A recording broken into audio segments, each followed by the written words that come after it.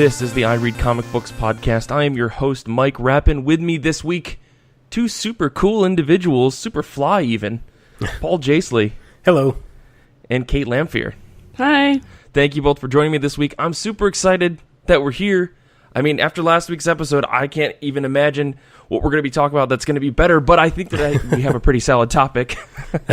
Yeah, I think so.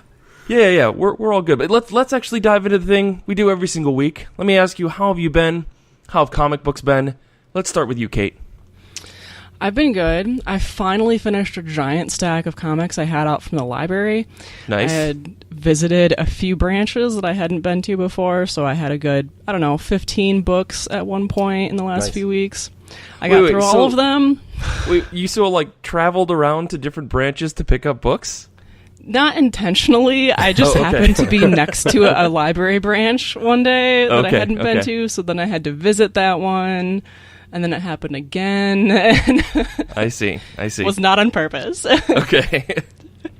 One of the books I read was The Girl from the Other Side, Volume 1 by Nagabi. I don't think this was ever in a magazine, so it's a manga, and normally, from what I know of mangas, they show up in, the magazines, or there's only one basically issue combined with a bunch of other issues. This, I think, went straight to a bound volume because there was no extra exposition in the different settings of scenes. Does that make sense? Yeah, usually what they'll do in serialized manga is sometimes they'll have a recap page in case something super juicy happened in the previous chapter. Yeah. Yep, yeah, this book did not have that, and it really worked for me. It was more... It flowed better than I feel like other manga tends to flow, for me at least. Sure. I really liked this book. It was a black and white book, grayscale except for, of course, the cover, and then one color page to show you the tone of the book, I suppose. But I didn't even think that was necessary, because one of the themes of this book is black versus white. It's all about there's a wall. In the title, mm-hmm. And you can be inside the wall or you can be outside the wall. If you're outside the wall, you're diseased, you're cursed. The people inside the wall don't want you around. And Gotcha. There's this little girl who's caught on the outside of the wall, and a monster takes her in and takes care of her. And that's kind of the theme of the book, is that even though we have these supposedly drastically opposing lifestyles and cursed or not cursed, these two people take care of one another, and it's this monster who she calls Teacher takes care of her. He's it's really sad because he doesn't think that he can touch her because he's worried that he'll curse her, but she's this 5-year-old girl. She just wants to be held by this person who cares about her. Right. So it's kind of heartbreaking, but it's just this beautiful story about these two people, and I immediately requested the next 2 volumes through interlibrary loan from across the state. Nice. So I hope I can get the whole series somehow to read. I think there are 5 total books. So anyway. Yeah, I think this book has been brought up on the show before, and it's only had very, very positive praise. I want to say Kate Scotchless also read this, but I could be wrong. Yeah, she mentioned it. Oh, okay, yeah. So exactly, yeah. It's on my list now a third time, I think, to read. It's very good. I also finally got to a couple of the books I actually own, mm-hmm. And I managed to finish Abbott. It's a 5-issue miniseries, I believe, by Saladin Ahmed and Sammy Cavella. We've definitely talked about it before. Mm-hmm. Yeah, and yeah. I just wanted to express how good it was. I didn't even have to go back and reread the first 4 issues. Sometimes I will with these short series, especially when it's been probably 3 months since I read the last one. Yeah. But it was such a satisfying book to dive back into, and I immediately remembered what was going on just from the characters that were in the first few pages, the tone of the book, and the art. I wasn't sure about the art in issue 1. It was very dark for my taste, but I fell in love with it, and I hope that we'll get something else by this creative team. Yeah, that book is super rich. I think I've had the same feeling as you, Kate. Like month to month, I didn't feel like I needed any kind of recap. Every single thing stuck out and stuck with me, and I think that's just a sign of a very well-written, well-crafted book. Yeah. I still need to read the last issue. It's sitting there waiting for me, so okay, I'll get right to satisfying. it. Just reminded me that I never finished it. Got to get on that, Paul. But Yeah, speaking of Paul, how have you been? How have comic books been? Comics have been good. They've been numerous, and I've been dealing with a massive stack of single issues I've been trying to get my way through. I Gotcha. read some this afternoon, and I really liked them, luckily enough. So some of the highlights that I read recently are Mr. Miracle number 10 by Tom King and Mitch Gerrits. Everyone's talking about this book. Everyone knows what the deal is. I think this is probably the best issue so far. And that's saying a lot because I basically loved every issue of this book. But something about this issue in particular, the way that the story has led up to this moment, the way that King is writing the interactions between Scott Free and Big Barda, and the weird interlude with the funky Flashman interlude that happens in this book, everything kind of clicked for me, you know? Yeah. And I just read that today, too. It's just perfect. And I think it's interesting because I think the 9-panel grid that Mitch Gerrits has used throughout the entire series, there's been some action sequences where it hasn't worked as well, and I think it kind of comes off gimmicky at times, but in this issue, there's so many like quiet moments that work so well with that pacing. I just think it's one of those issues where everything kind of clicked really well, especially that Nick Darrington cover of Darkseid. If you get that cover, like it's amazing, it's stunning. Yeah, it's pretty much a perfect single issue, and I think I've noticed that with a lot of Tom King written books that I prefer reading them in single issues because, you know, when he's working with Mitch Gerrits, like on this book, the pacing is very similar. So if you read a bunch of them together, it gets kind of like samey. So putting it away for a while and coming back and reading it month to month, it's like just a reminder of how good of a book it is. I was stunned how much I enjoyed this issue. Yeah, just a real quick note on that. I think the pacing piece is really crucial. Like there are just some blank panels that really set the pace for it. For the whole book, and I super felt into that. I don't usually get like that in some, like a lot of other books where they have like blank or like not blank, but similar panels like one after another to try to indicate like silence. I'm usually not into that, but in this particular issue, it was super necessary, and it worked super well. Yeah, I mean, I don't want to give too much away, but there's, you know, that moment where it is Scott and Barda on the couch, you know, and if you've been in a relationship with someone and you have a bit of a fight, there's got to be that moment where you're quiet and you know, collect yourselves, and that pacing nails that emotion and that experience so well in that issue. Yeah. Yeah. The other book I read that I wanted to talk about briefly is Action Comics number 1001. I don't know how we're going to start talking about comics with 1,000 issues now. Do we say 1001? Do we say 1001? This is whole new territory for us. Yeah. So this is by Brian Michael Bendis, art by Patrick Gleason, and unsurprisingly, maybe, I have some thoughts about Brian Michael Bendis writing Superman. So go figure. Do tell, Paul. Well, here's the thing. I really liked the Man of Steel miniseries that he did. That 6-issue miniseries where he kind of came on board, revamped or sort of reset the pieces for Superman. I actually really, really liked that. It did a nice job of letting him write Clark and write Superman, and I actually really like the way Bendis writes Clark Kent a lot. And it allowed him to set up this premise for his run on Superman, which is that Lois and Jonathan, the son of Clark and Lois and Clark, they're off planet. So it's just Superman by himself. And no one else knows why they're gone. Clark knows. But that kind of throws Superman off his game because he's not sure. Should I explain what happened? Basically what happens in the miniseries. I feel kind of lost here. Okay, sure. So in that miniseries, Jor-El, Superman's estranged father from Krypton, comes back. I think it's an alternate reality, Jor-El. I'm not quite sure. Who knows at this point? Okay. He comes back and he says, you know, John Kent is literally the last son of Krypton since he has Kryptonian blood. So Jor-El wants to take John, his grandson, and teach him the entire history of Krypton and show him the rest of the universe. And, you know, Clark and Lois kind of go back and forth whether they should do that. They don't really know this Jor-El that well, obviously, since Superman assumed his father was dead his entire life. But they eventually decide that Lois would go with them. So Lois, John, and Jor-El leave, and that leaves Clark by himself. And in the events of that miniseries, there's one means of communication he has with them. It gets destroyed. So he actually has no way of getting in contact with them.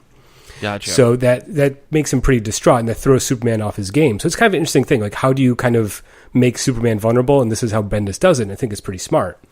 The issue is that Bendis is writing Action Comics and a new Superman series. I read Superman #1 a couple weeks ago, and I didn't like it. It was what I thought a Bendis Superman book would be. Overly talky, not that interesting. But luckily, Action Comics is much better. I really enjoyed this first issue. It follows up on a lot of those threads that it introduces in Man of Steel, I think, better than his Superman book. So I'm hoping that these two books, Superman and Action Comics, stay separate enough where I can just read the one, but I know that's not the case. Like, I know they're going to cross over at some point. So Of course. Yeah. But I did like it. I am surprised how much I'm enjoying Bendis's Superman stuff. And one quick question about that, just before you dive into the last bit here. Do you think that Action Comics will go back to being like an anthology book where it's not just telling Superman's story, but it's also telling other stories in the Superman region? And maybe Bendis is trying to say, I'm doing Action Comics for a bit about Superman, but I also have this dedicated Superman book so that he can talk about, other characters in the Superman circle of friends. Boy, that's a good question. I don't think they would do that just because anthology books historically don't sell very well in the American market. Yeah. And I don't think that's Bendis' style, really. If you were going to do that, I think you'd want a different creative team, to do backup stories or something. Okay. But what I think is interesting is that this book feels more centered on Metropolis, whereas the first issue of Superman that he wrote, it's Superman initially going off to try to find Lois and John, and he gets distracted. So that might be more of the sort of big scope book, whereas Action might be the more stories about Superman in Metropolis. A large chunk of this first issue, it takes place in the Daily Planet newsroom, and I love the way Bendis does the interaction with the Daily Planet writers and stuff. So if it's that focus, I would really appreciate that. And then you kind of there's a lot of different threads you could bring in that way with it being a newsroom sort of setting. So yeah. Okay, cool. I just have a very important question. Yes. Have you read all 1001 Action Comics? I'm slowly working my way back from 101 down to 1. Oh my gosh. No, I did. I think it's interesting. I think that number, I'm glad Action Comics went back to legacy numbering. I understand why legacy numbering is an issue that some people have, for or against. But there's something really impressive about saying, like, yeah, this is a legacy title. Like, this is the book that made DC Comics what it is today. And, like, 1001 issues, that's pretty impressive. You don't need to read all 1001. That's the thing. I think that's what we're talking about today on this topic is the revamping of characters over time, right? Yeah. So yeah. I like the idea that a new creative team comes on and you've got a starting point, but you're still acknowledging the rich legacy and history of the title. So I know Mark Waid once said that he's read every single Superman story, so I bet he's read all 1001 issues. So yeah. And then I'm way too intimidated to try. Yeah, exactly. Yeah, try at this point. Yeah, I just think you got to pick and choose, So I bet of 1001 issues, not all of them are going to be great. So you can probably skip a few. Yeah. And then very, very briefly, I do want to say that my favorite new book that I'm reading right now is The Immortal Hulk by Al Ewing and Joe Bennett. I read the fourth issue that came out this week. This book is so good, and I really want to talk about it, but I'll save my thoughts on it because I think it fits in today's topic. So Absolutely. I'll leave you hanging until then. Yeah, well, for me, for me this week, I read a bunch of books. Been still trying to play catch up. I've been reading a lot of manga and watching a lot of wrestling. So nice. Paul, I think you'll be happy about that. But instead of reading comics, I've been watching wrestling. But I did read some books. I sat down and read X-Men Grand Design New Genesis #1. I think that's what it's called. This is Ed Piscord. This is the best fucking X-Men book ever. However, I will say this one felt a lot longer than the previous two. I know this is like a #1, but it's like the second in a series of 3. I don't know. It's weird. They're doing numbering really weird. I don't care. I'm reading this. I have getting every single cover because I'm a sucker. This book is beautiful. It is a perfect history of the X-Men so far. I'm really excited because I think Gambit's going to show up in either the next issue or the issue after that. I'm real excited to see how that plays out. But this one was super long. I think I spent like 35, 40 minutes reading this issue, like trying to take every single panel in, every little story beat in. And I realized that Piskor, he has a really tough time right now because he's trying to sum up the weird times around the 70s and 80s that were the X-Men. And if you know anything about X-Men history, it's that it's really fucking stupid and really complicated. And the fact that he was able to make a coherent story in one issue to sum up parts of that, to get through the majority of the Phoenix Saga or chunk of the Phoenix Saga without it being so overly confusing is a testament to how great of a storyteller he is. Mm-hmm. I think the guy, he has a deep, deep love and care for the X-Men, and he's showing it every single page, every single panel, the choice of dialogue, the references back to things that have been happening, like calling back and making sure that all the creators are being called out. Like, the dude cares about X-Men, and it's I have nothing but respect for him. Like, this guy will have my respect for forever, as far as his comic books are concerned. And I already really loved his stuff to begin with. So if you haven't picked this up, make sure you go either get this issue or wait until the single issues are collected into these cool oversized deluxe editions that are fucking beautiful to put on your shelf, even though they're almost twice the size of a regular trade. They're gorgeous books. Yeah, I picked this up. I haven't read this issue yet, but I really liked the previous volume, those two issues that came out before. And again, it is like it's a great investment because there are $5 issues, I think. But you spend like 40 minutes like poring over each panel, trying to make sense of it all.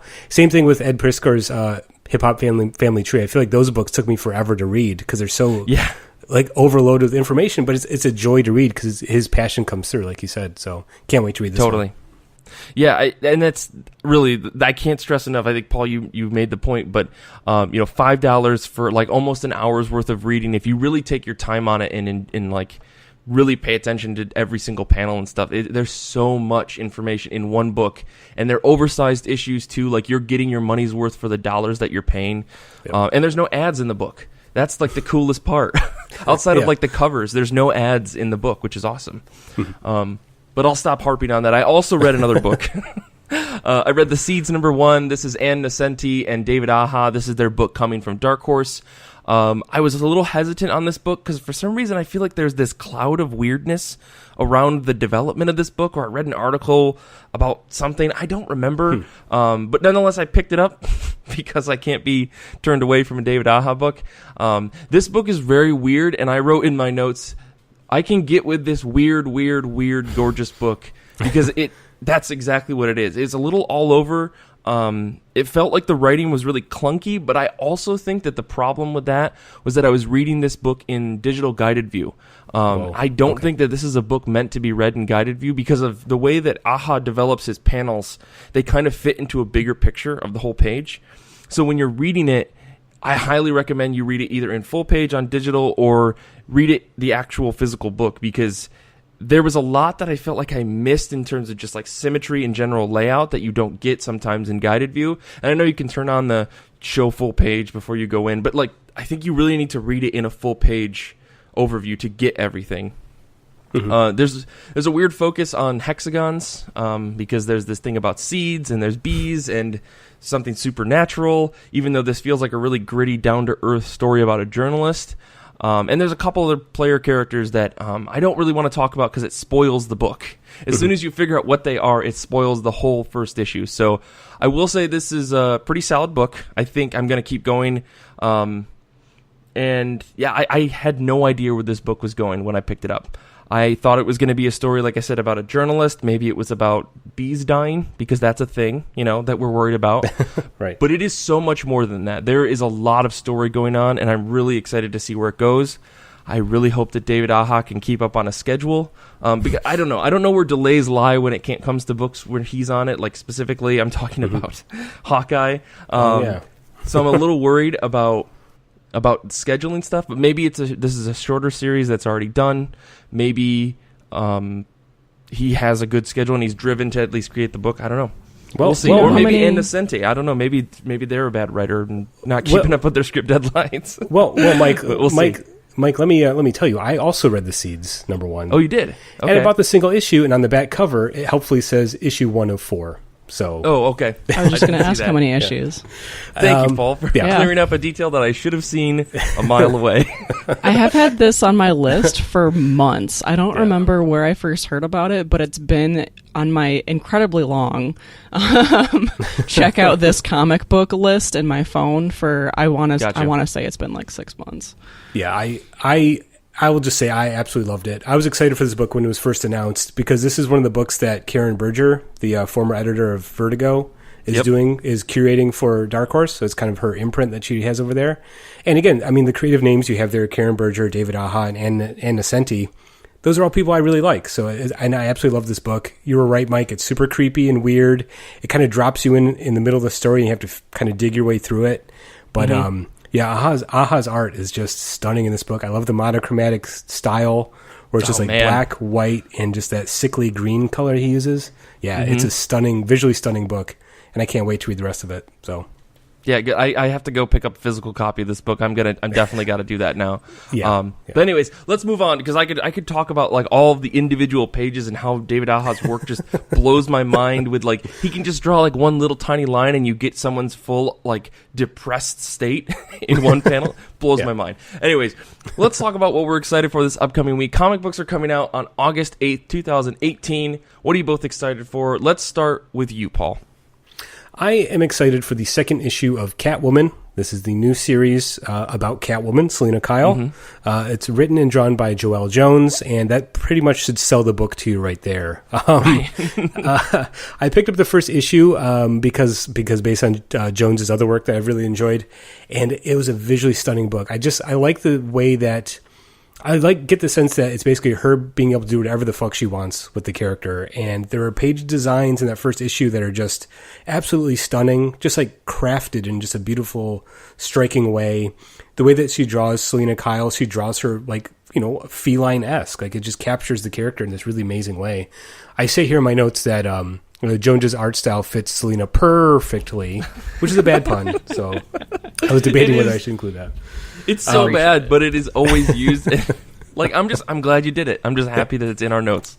But yeah, I really like the first issue a lot. Basically, the premise is that, and spoiler alert, if you haven't read Batman number 50, well, maybe I shouldn't spoil it. I have. It's okay. I feel like it's been exploded all over the internet, but we did give a spoiler warning. We'll just say that. Exactly. DC spoiled it before the issue even came out. But anyway, Selena breaks off her engagement with Bruce Wayne. Her and Batman don't get married. And basically, Selena leaves Gotham City, and she's in a new city. She's, I can't remember exactly where it is. I don't know if it's even named. But it's a city with a sort of a lively gambling nightlife, and she becomes a character that's working the tables in the casinos all night, attracts the eye of the sort of organized crime in that city. And she's kind of put the Catwoman persona aside until she gets a package from Alfred that contains the Catwoman suit. It says, we've thought you might need this again at some point. And then it turns out there's an imposter Catwoman running around the city murdering cops. And it turns out at the end of the first issue that there's not just one imposter Catwoman, there's a whole bunch of them being controlled by a mob boss in the city. So Selena, of course, has to get her suit back on and find out what's going on. So it's a really intriguing story. I like that Catwoman is a character that doesn't need Batman to be interesting. She can totally stand on her own. And having someone like Joelle Jones with such a definitive and unique art style with that character, it just fits so well. I thought it was a perfect issue, and I'm excited to see where she takes the rest of the series. Oh, man, I hesitated on this book because I'm trying to cut back. You're selling it too hard, Paul. You can't cut back. That's the problem. I might have to try this. Maybe I'll wait for like the first trade. Maybe I can trade weight this one. Sure. Yeah. Kate, what about you? What are you excited for this upcoming week? So while I was looking for what was coming out next week, I noticed that there are 300 variant covers for Fantastic Four #1. Wait, 300 or 30? 30, I'm sorry. Oh, I was like, oh, Jesus. It definitely looked like 300 when I was scrolling through all of them. Anyway, so the book that I'm excited for is called Black Badge #1. Oh, yeah. It's by Matt Kent and Tyler Jenkins, who did Grass Kings. and I haven't read Grass Kings yet. I intend to. Somewhere Nick is crying in a corner knowing that someone has not read Grass Kings and admitted it. Well, I haven't listened to your mini episode that came out a few weeks ago yet because I wanted to read it first. So it just keeps starting in my queue, and I'm like, no, spoilers, pause. So anyway, Black Badge is about a top secret government troop of Boy Scouts. And I love it. So other than the creative team, this grabbed me immediately because I used to be in a co-ed group of Boy Scouts called Venturing. Okay. And, we went all over the place and did all sorts of things, climbed rocks and scuba dived and all that stuff. So I really want to see like how this creative team can take that kind of like adventuring spirit and turn it into top secret government missions. What Kait isn't telling us is that she used to be a teenage Wetworks, assassin. If I was, I didn't know it. See, they made you forget, Kait. Yep, must have been. So now the Boy Scouts of America is actually taking girls. So I'm wondering if they somehow like work that in and that becomes like a subplot or something. Oh, okay. I don't know. I can cross my fingers, but either way, I'm going to be checking out this comic. I'm very excited. That sounds super cool. I forgot that this was coming out. I should say, I knew that they had a new book coming. I just didn't know when, but that's exciting because there's another book that I got to add to my list. Yeah. I think this is supposed to be long running also. Cool. So I don't know. I might have to just trade weight it and get it out to the library. I don't know if I can add another book to my pull, but right. I'm pretty psyched about this. Cool. Well, for me, this week, I'm super excited for Domino number 5. No surprise, it's an X-Men book. This is the Gail Simone book. Gail Simone and David Baldeon. I'm loving this book. If you don't know who Domino is as a character and you haven't read this book, you really got to get on it because it's Gail Simone being fantastic, writing a character that she obviously loves to death, with a bunch of side characters in the story that she really loves. And we get some very well put together Deadpool like appearances in this book, and I'm really, really happy with it. I cannot express how cool it is. At this point, whatever Gail Simone's up to, I'm in, and right now we're focusing on Domino is in a state where her luck has been taken away from her or has been used against her, and she's trying to essentially get her mojo back. So she went to go visit the one person that's in control of their body and everything around them, and that is Shang-Chi, and he is a good-looking man, and Domino is not afraid to admit that. So there's this interesting kind of romancy thing happening. Shang-Chi is being hunted by some Yakuza that he apparently beat up. And it's a really fun, action-packed, kind of sexy book. And I'm all for it. It is the most fun I have in comic books week to week, at least as far as my X-Men books are concerned. And I'm happy about that because the rest of them are kind of just a little too serious. I will say Baldeon's art is really, really good. Like he gets some facial expressions in this series that are just choice. And I think I have a small folder of screenshots that I could maybe share at one point. But yeah, I really enjoy what he's doing. You can tell that every once in a while he takes some really advanced patterns like lace or maybe some intricate like wall art or something, and he kind of like puts it on top of a blank background. But otherwise, the art in this is stupendous. He's very good at making people look very good. I'll say that as well. And not in like a skeezy way. I feel like it's very well done, sexy art. And that's something I can appreciate. And this book is, like I said, it's just a lot of fun. So if you're not reading it, I highly recommend at least picking up the trade. I feel like it's a book you can kind of jump into, and if you don't know some of the characters, Domino does a great job as the narrator. Gail Simone's writing, outlining who everybody is, why they're friends, how long they've known each other.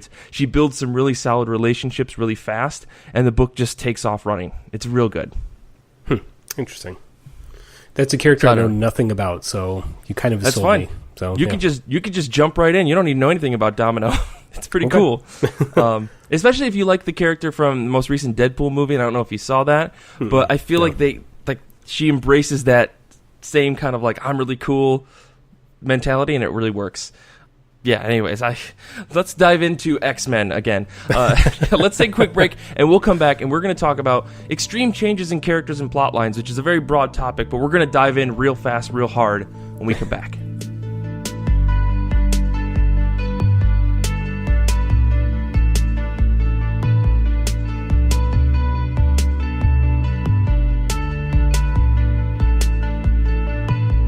For our show this week, we're talking about something of a vague question.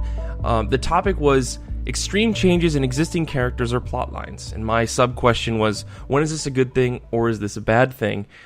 And there's a lot to kind of unpack from that question, but I had some examples, Kait had some examples, Paul had some examples. Let's kind of dive into some things that we think are extreme changes for characters, and then there's kind of another piece to this that I think we can get into.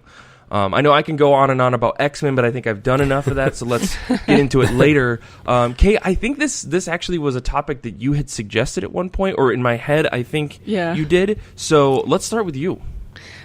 So the first time I really noticed extreme changes in a comic book character was actually kind of a cross-medium character. It was Spike in the new Buffy. I say new. So there's the Buffy TV show that was season 1 through 7, and then they picked it back up with season 8 in comics, and that's been going for years and years and years, and I'm very behind. But I noticed Spike's just incredible shift that kind of came out of nowhere. Spoilers for something that's been out for a long time. Spike dies at the end of the TV show, and then suddenly he's back in the comics, and at least up to the point until when he's reintroduced, or shortly after that even, it's never explained how he's back, how he either survived or was reincarnated in some way. But suddenly, he was kind of this, sort of bad boy that was getting, kind of growing as a person, slowly becoming good over the course of the show. And now he's this seemingly, force for good, I think.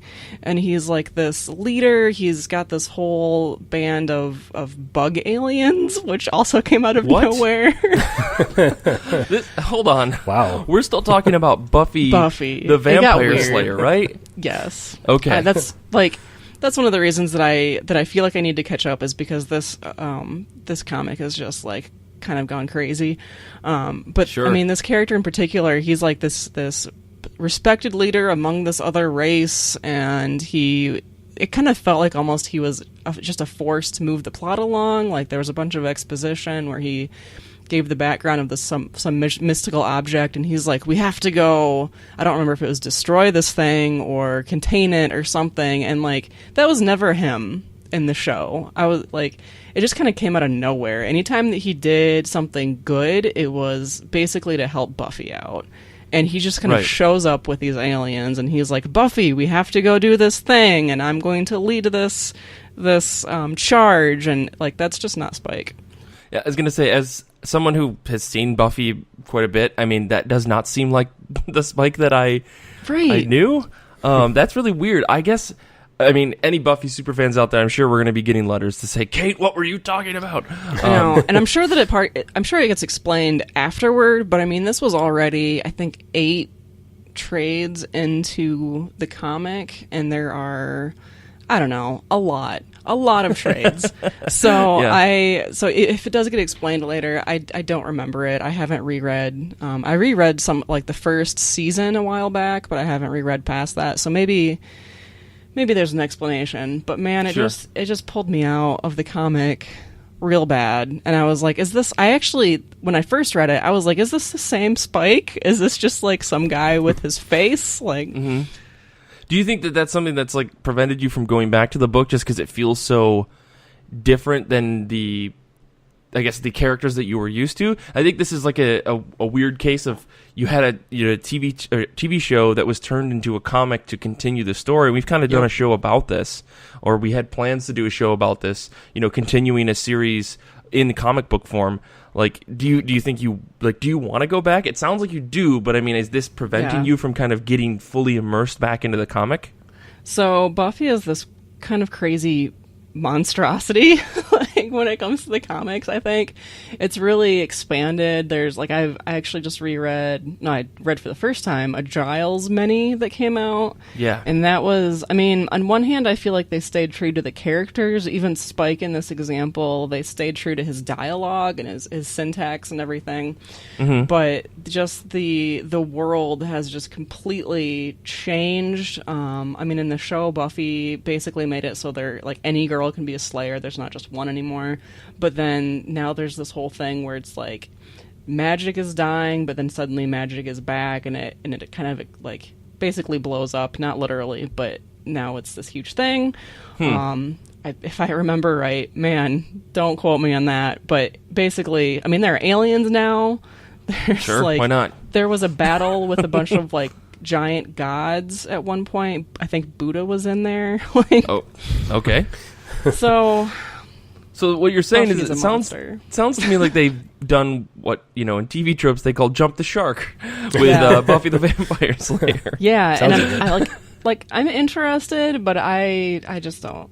It's gonna be a slow process if I catch up. Buffy's interesting because I know that I tried some of the comics and I thought they were cool, but I'm also kind of like, I got 7 seasons of that show.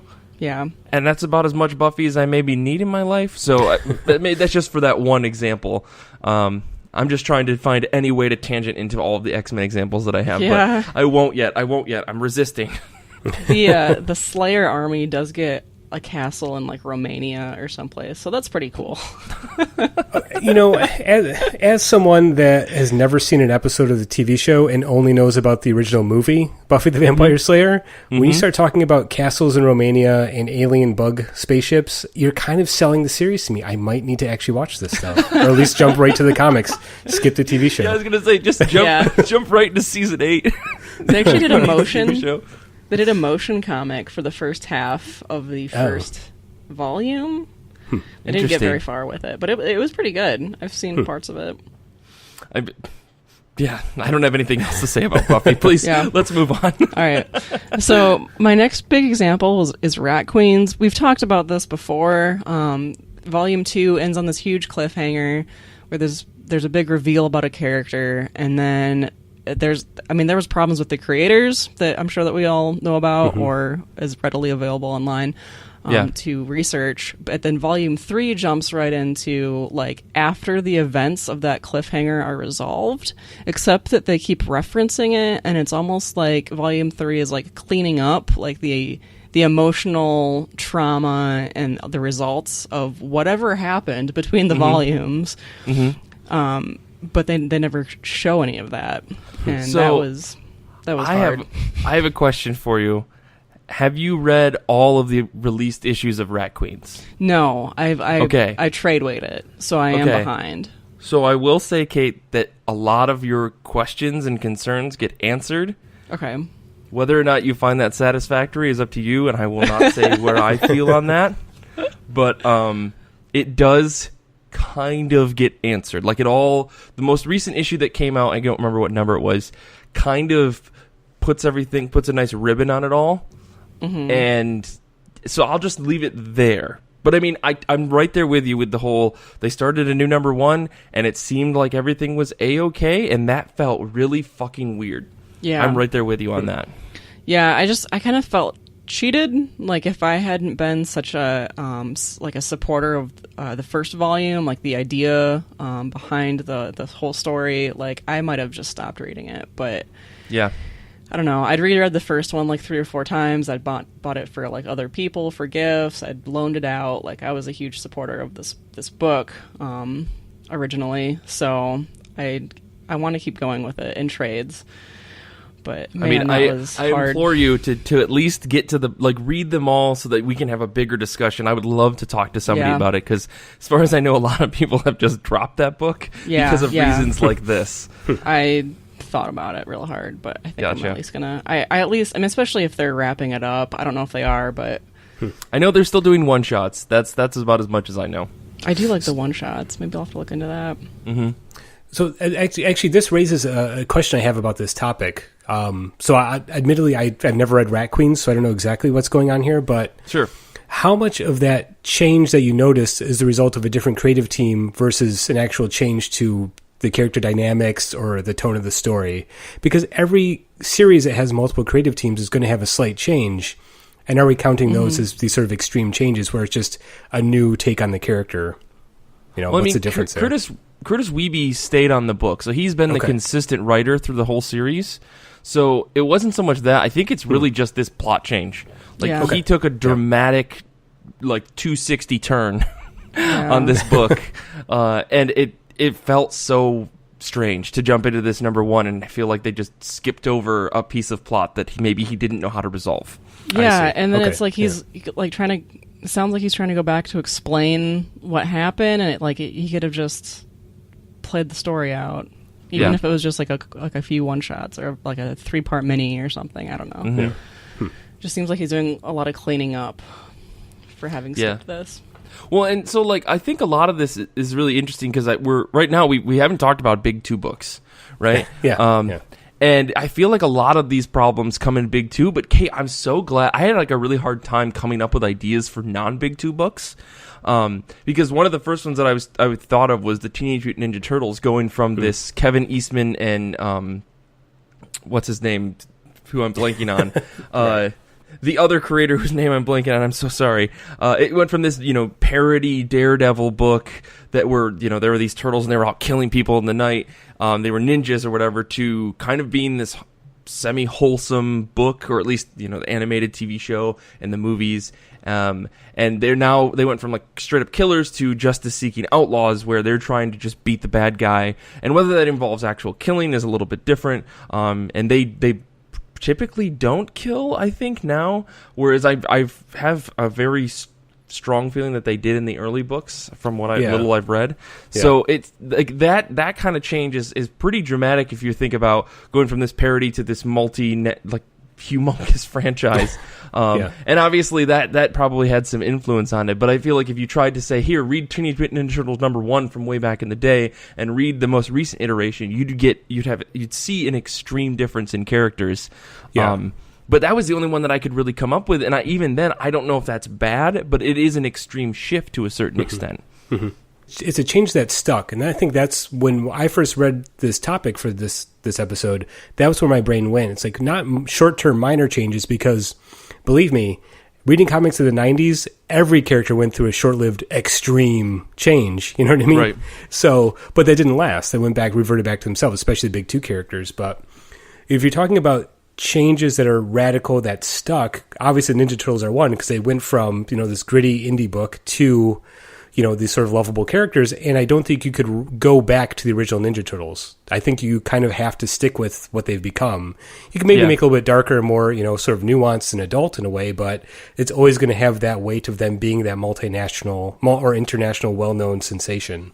Yeah, and I think that's you see a little bit of that in that Image book that's being published right now. There's a TMNT book that's being published by Image, I think, and it's a grittier, bloodier, real violent kind of adult mature book that's got less nuance and more just let's kill some dudes, kind of like that Bloodstrike book that came out, or things like that. I mean, and I don't think that there's anything wrong with those books, but to compare them side by side, you go, which one is going to sell more? It's probably the less violent one, just because you can market that to a bigger group of people. Yeah, exactly. But I mean, that's kind of diverging away from the actual discussion here. What I wanted to say, Kate, just I think it's great that you're able to find these examples, because I keep coming back to Big 2 examples about a character that changed, and like Paul said, they kind of went back to being the character that everyone knew that they were introduced as, especially when it comes to legacy characters. And my whole list of X-Men is a perfect example, but I think there's a bunch of other ones that you can see, in DC.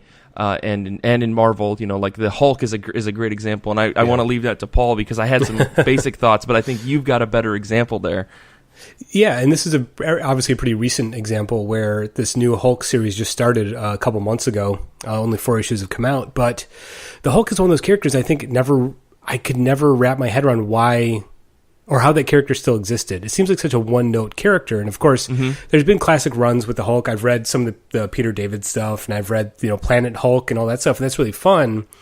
But those always rely on the changing the character to fit the story more, rather than the story being driven by what the Hulk is. You know what I mean? But this recent stuff by Al Ewing and Joe Bennett is really great because Al Ewing basically said, I'm going to do the Hulk as a horror character. And there's no, it really, literally is not the sort of Heckle and Hyde, sorry, Dr. Jekyll and Mr. Hyde, there we go. It's not that sort of dynamic that most people think about the Hulk. He's doing a straight up horror comic where, Bruce Banner is somehow back from the dead because he got killed during whatever crossover a couple years ago. He's back, and it's dynamic from the Hulk TV show where he's like homeless, wandering from town to town. But when he falls asleep at night, the Hulk comes out, and the Hulk is as smart as Bruce Banner, if not more intelligent. And that's terrifying, right? Since he has no idea what happens when he's asleep. And the Hulk in this book, there's a couple sort of issues that read as like one-shots where the Hulk finds out that there's like, a drug dealer who's selling to kids, and the Hulk finds out and he just shows up and just wrecks the house and kills all the drug dealers. It's like, the Hulk is like a spirit of vengeance in a sense, and it's mysterious and dark. And it feels so radically different from the Hulk from the movies or any other comics. And what's great is that Al Ewing seems to be doubling down on it because the most recent issues, there's been these sort of unraveling mythology about the nature of gamma rays, and there's all this Bruce Banner's talking about the figure hiding behind the green door. We don't know what that means, and it gives the book this really mysterious horrific edge that you would never expect from a Hulk book, and I love it because of that. It feels so radically different from the original character, but it seems to fit. The idea of the Hulk being a scary monster is already in the character. I think Ewing is just grabbing that knob and turning it all the way up to 11 for the book, and I love it. That's interesting because I feel like a lot of the most recent Hulk that I've read, in the last decade or so, has been just, this is Bruce Banner, and he has this tool that he can use called the Hulk, and the Hulk is mad about it, but they can calm him down and blah, blah, blah. And I know the movies have only highlighted that fact even further, but this sounds really cool. I don't think I've read a quote-unquote smart Hulk book, and I wonder, as part of the bigger conversation here, is how long will this type of story last for this character? Is it going to revert back to, Bruce Banner is going to be back in part of the Avengers, and the Hulk is just going to be a buddy with everybody, and Hulk smash, haha, give me a hug, Thor. Which makes him seem lovable, even though he is this terrifying monster. I think we've seen multiple depictions of that, and I even think when you think about the movies, to a certain extent, they are scared of the Hulk, even if they have characters like a Thor who can potentially stop him, or a Black Widow who can tell him that the sun is setting and it's A-okay, bud. Right.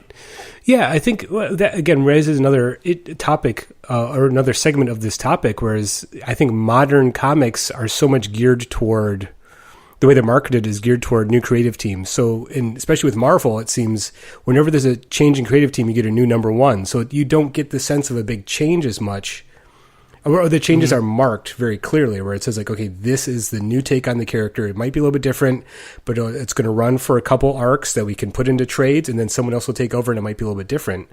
I think longer back in the 70s and 80s and even the 90s, those radical changes were more striking, and the examples I could think of that were, no one's going to write Daredevil the way Daredevil was written in the 60s. After Frank Miller, Daredevil's a different character, and it's never going to go back to that sort of fun-loving Daredevil character. He's always going to be a character that the world is shitting on constantly, you know what I mean, who's racked with Catholic guilt. Except for that run that Mark Waid did where he was kind of like, cool Daredevil.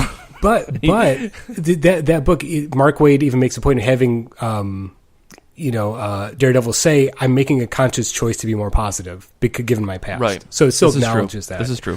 And I think Swamp Thing was just a straight up horror comic when it first was created by, Len Wein and Barry Wrightson. And then the character became, something radically different under Alan Moore, and it's never going to go back. Like that is a demarcation line. You're never going to go back to the original Swamp Thing after Alan Moore wrote the character. And when I think of radical changes, that's what I think of, where that is a long-lasting change as opposed to a short-term decision by a creative team. And I think this kind of pulls back to what Kait is talking about, with Spike and Buffy. And right, yeah. Which it's funny, but like it is a radical change for the character. And I think, Kait, you have some other examples. I didn't mean to completely cut you off. I just kind of wanted to make sure we covered some bases before we got into, more and more examples. Yeah, for sure. one of the other more independent books that I noticed a huge shift in was Four Eyes. They had a 4-part. This was by Joe Kelly and Max Fiumara. Yeah. It was put out by Image.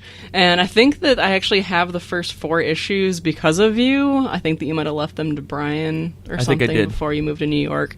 And I loved the first 4 issues, the first arc, because it's just about this kid who his dad dies and he takes care of this baby dragon.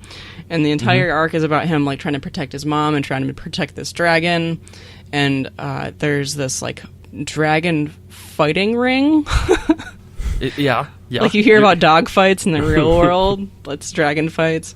And he just doesn't want his dragon to end up like that, but he's also trying to take care of this thing. And then you fast forward to the next arc, which happens years later in real time, but basically immediately after the first arc and story time.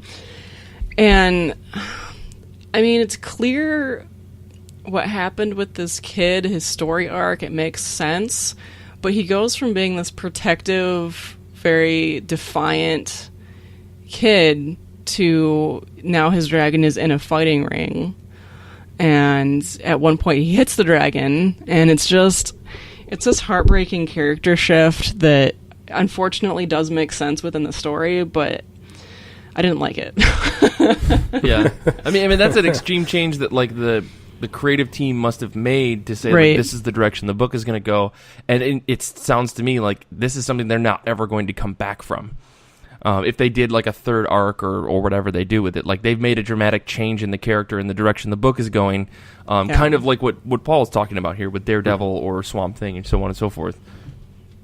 Yeah, I don't know how this kid... I don't think that there's a way for this kid to go back to, like, kind of... He wasn't really innocent. Like, he knew what was going on in the world, but he was a force for good, and I don't think that there's a way for him to go back to the page 1, issue 1 good version of himself that he had been. But I do hope that there's a third arc that kind of wraps up and they get away from this abusive situation, or he lets the dragon go maybe back into the wild or something. I don't know. I hope it ends happy, but I don't see how it's going to end happy for the main character. Gotcha. I mean, yeah, I was gonna say you're what you're waiting for it sounds like is a redemption arc.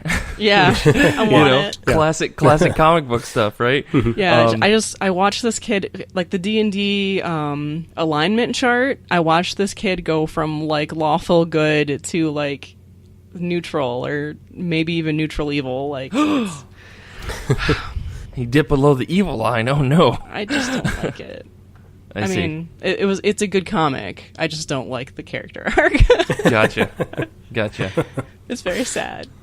Well, I mean, I've got my handful of examples that I'm just going to open the floodgates on. Yep. There are some. Oh, go ahead, sorry, Paul. I was going to say, like, it's interesting because you obviously a lot of your list I'm looking at now is all X-Men characters, and I think that seems to be a big part of the X-Men's appeal. Again, like Daredevil or Swamp Thing, there was a big shift in tone when like Chris Claremont took over the X-Men. He turned it into a different book. I mean, a radically different dynamic, and I think that's kind of built into the characters, that type of change. So it's interesting. Yeah, and I think, the X-Men, their whole thing is they're the next evolution, and maybe it makes sense, these dramatic character shifts. I think a lot of that could be tied back to what, something like Chris Claremont did with the Phoenix. He took this character, Jean Grey, and turned her into something so much bigger, and that character is never, ever, ever, ever, ever going to come back from that. That is all that character is now, which is kind of unfortunate because I think that Jean Grey can be an interesting character when everyone isn't just saying, when are you going to be the Phoenix again? But that's just never going to happen, and it's an unfortunate thing because even in a book like the Jean Grey miniseries that Marvel put out, a large chunk of that book was like, when you're going to be the Phoenix again, but there was so much other good stuff going on.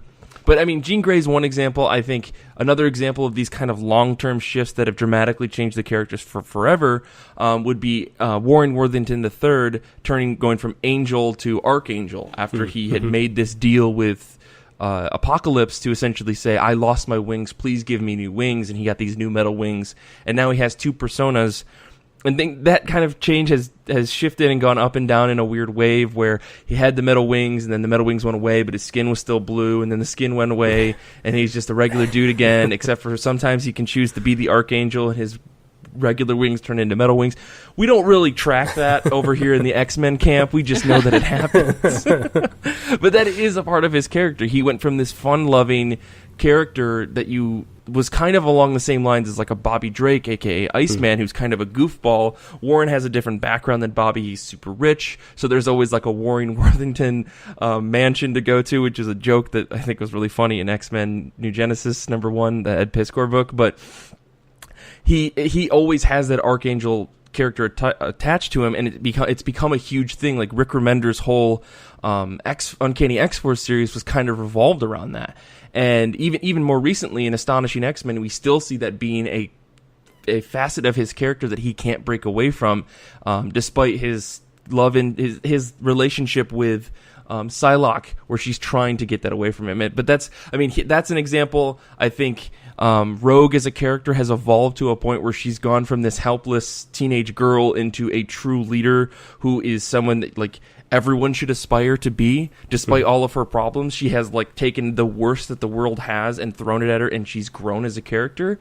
I think that's like true character growth. Like that's maybe not an example of an extreme character change. I think that's true character growth. But I don't know, Quentin Quire's change from this massive, almost murdering psychopath into just a hip teen who doesn't give a damn. That was a bit of a change that happened in Jason Aaron's run of Wolverine and the X-Men, and I'm okay with it. I'm totally okay with it, because him not being a murderous psychopath is great. But yeah, I mean, Cyclops is always an example because you have to bring him up. He went from Boy Scout to revolutionary to dead. That'll change how your character development goes.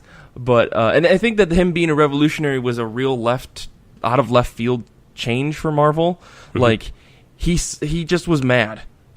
And then he's like, well, I don't think that what's happening is right. And then him and Wolverine got in a fight, and that was it. You know, classic X-Men, I guess. But yeah, and Professor X is back, by the way. Spoilers for the last year, but he's not back. But he's changed from Professor X is just like, don't worry, children, patience will win the day, to let's kill him. Let's kill him good, and it should be militant, and who cares? So, I mean, I don't know. There's a lot. There's a lot that goes into that. Some of them good, some of them bad. Well, speaking of, the sometimes short, term extreme changes, one of the few X-Men books I've read was Grant Morrison's New X-Men, which felt like a really radical change, not just character-wise, but in terms of what the X-Men meant and in terms of the tone of the book. And I feel like that was such a radical change that there's no way it could stick. You know what I mean? Yeah. Outside of, I don't know any of those that stuck. The whole point of that his X-Men book was the character of Zorn, and that was the best character. And of course, they never followed up on that whole thing of him being Magneto, right? Well, let me take a step. Let me walk around for a second to figure out the words for this. Zorn has shown up and disappeared as a character quite a bit, but it's never been the same way that Morrison introduced him. Right. I think one of the things to take out of that book, it was not only Zorn, but Morrison made this huge push to say mutants are literally taking over the world. So many more mutants are being born that it's insane. And that's where we got the reaction to that was Marvel saying, well, we can just fix that by getting rid of all the mutants with House of M. Right. Now, that was a crazy change, and Marvel kind of sat on it for like 6 or 7 years. And then they kind of rolled it back when they did the whole Secret Wars thing, and mutants aren't a huge number, but there are still a lot of them, and they're popping up every day. But that kind of feels more like what the X-Men were back in the 60s and 70s, and 80s, where they're just kind of finding mutants here and there versus, 3/4 of the United States are mutants now, which is kind of what Morrison was getting at. Maybe that's an exaggeration, but he was saying that the number was rising consistently. Mutants were waking up every day, and the world didn't know what to do. And he kind of left the book with that, and that was a huge change. I think Marvel reacted with another extreme change. But again, it all kind of fell back. Like after a decade, things kind of fell back to a status quo. Yeah. And is this a good thing? Is that a bad thing? Paul, you had said something in the break that I think was super relevant to this. About something that Stan Lee said? Oh, yeah. I think it's attributed to Stan Lee. There's a pretty famous quote. I think he's talking about basically Spider-Man. He says, comic fans don't want change. They want the illusion of change. So we kind of want to see our characters grow and develop because we read them for years. We grow up with them. But if it's a step too far, and I think this is kind of what we're hinting at with this Morrison's X-Men stuff, if it's a step too far, the reaction is negative. And there's tons of examples of that. I mean, Spider-Man getting married to Mary Jane Watson, they really had to walk that back in a pretty extreme way. The X-Men, Morrison's X-Men stuff, they had to walk that back. The recent stuff with Captain America in Secret Wars, I'm sure that was already planned to be walked back, but it was a step too far right off the bat. So people really don't want change. We just want the illusion of change. I think if you acknowledge that, it's a lot easier to accept the return to the status quo. You know what I mean? It's easier to kind of say, like, yeah, they're never really going to change. Superman's always going to come back from the dead. That's fine. But that's what you want as a comic fan, whether you know it or not. Yeah, and I think, not to try to say that this justifies it, but I think, some of the examples, Kate, that you've pointed out kind of shows that extreme changes in a book can be negative and they maybe don't work. And for books like Buffy or books like Four Eyes, how does a writer walk that back? Can they even walk it back, or is it just too far? Is it too far in the story to say that it could be fixed, or maybe it could be fixed in a way that you like it? Because maybe some other readers, already do like the way that the book went. And I mean, this is all kind of a subjective thing. So there's no way to take an objective stance on this, but it's interesting to see where I think we have examples of where extreme changes have been beneficial and extreme changes have been, not beneficial to a story. I don't know if there's an answer to this, but it's just kind of summing things up.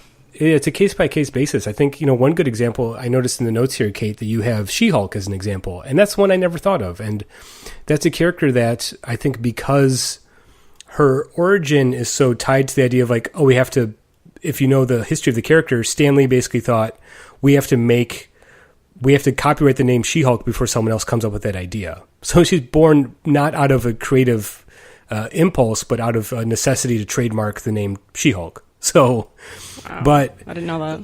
Yeah, so the original series was kind of created out of necessity. But when John Byrne took over the character, he really changed the character, and his run it maybe hasn't aged super well, but he kind of took that character and turned it into a commentary on the comics medium, and it broke the fourth wall. She-Hulk is always talking to the reader. She's always talking to John Byrne, the creator of the book. It's a super metatextual, weird comic book for being a She-Hulk book. And then I think the recent She-Hulk series that's dealing with She-Hulk and Jennifer Walters' mental state after the death of her cousin, Bruce Banner, that's a big shift. And I think that's a positive shift for the book. It gives the character a lot more pathos and nuance. So that's, I think, an example of a character that's changed over multiple times, always for the better. It's always and it's always a change that is a complete separation or extreme makeover from the previous one, Yeah, I haven't read any of the old stuff of She-Hulk. I've only read the recent one where she kind of starts off with PTSD or depression. She's in any case she's physically gray and very just human looking. And over the course of the story, the arc, she becomes the She-Hulk that she sort of used to be. She comes out the other side of this, and I enjoyed that change in the character. I think that was more of a growth, a hard work. She put a lot of hard work into finding herself again. She went through a couple of combats that I wasn't sure if she was going to make it out of. I mean, it's comics, so of course she was going to live, but at what cost? So I think that was more of a growth rather than an extreme, all of a sudden, shift or... Yeah. It didn't take me out of the story at all. It was just part of the story. It was the story. Yeah, but I still think that's an example of a character change that was in some way extreme. I think her dealing with the depression of the death of her cousin is a extreme change in the character, especially when you're going from someone like She-Hulk who is super confident and very sure of herself to this person who's not. That's crazy, but you got a good story out of it, and she's been able to grow as a character, and that's a permanent change for good. Right? Yeah, I can't imagine going from the old confident She-Hulk into this new really down. unconfident, like human, basically. Right. So I'm sure that would have been an extreme shift, but I wasn't familiar with that material. So yeah, well, I mean, we could continue to go through examples, but I mean, I think this is a really interesting conversation. I really would love to hear people out there who listen to the show. I'd like to hear your examples and your thoughts on extreme changes in characters. I mean, if you can, send an email over to ircb@destroythecybe.org or reach out to us on Twitter at ircbpodcast, as always. Anyways, yeah, final thoughts, Kait and Paul? Yeah, I mean, I think, like you're saying, this is a far bigger, more nuanced topic than maybe I initially thought, because the idea is we're talking about characters that have existed for a long time, especially legacy characters, and that change can always be fleeting, because I think there's a nostalgia aspect as being part of a comics fan, but I'm glad we picked some examples, right? I'm glad we found some examples where we had some, non-big three examples. We had an example like She-Hulk, which I think has changed completely radically from her initial beginnings, always for the positive. And I think when you have something that changes the character that radically and it sticks, that is a story that's probably worth revisiting and reading. Absolutely. Yeah, I feel like change is what drives characters and stories, but when it's so dramatic a change, it takes me out of the story that's being told. So, while sometimes change is often good, sometimes the rate of change can be pretty bad. Yeah. I mean, I think we've given enough examples to where it's kind of like, oh, well, I don't really want to read this book anymore.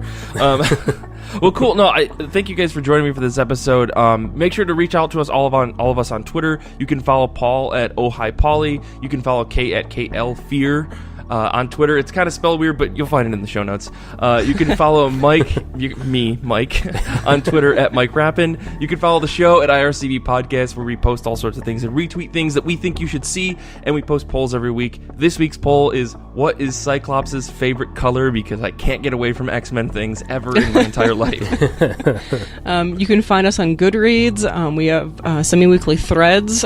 This week we started reading the book of the month, which is Animosity Volume 1. You can also find us at our ircbpodcast.com, where we have a pronunciation guide and a merch page. You can rate and review and subscribe to the show on whatever podcasting platform you're listening to us on. It honestly helps out a lot, so please take a minute to do that. We appreciate that. And like Mike mentioned, if you have any comments about this show or the show in general, you can send us an email at ircb@destroythecybe.org. Yeah, Infinity Shred does all the music for the show. There are, as I always say, the best band in the universe. Xander's a wizard. He's a high-five master. And you know what? He's a pretty good DM when it comes to Dungeons & Dragons. I'll just say that. Well, Shadowrun and in general. Fun guy to be around. I want to say thank you to Paul and Kait for being on the show. Thank you for Xander for editing the show. Thank you to the listeners for listening to the show and subscribing and reaching out to us and sending us questions and stuff. We have a Q&A episode coming up next week, so make sure to get a question over to us. But until next time, read a comic in public and be proud of it.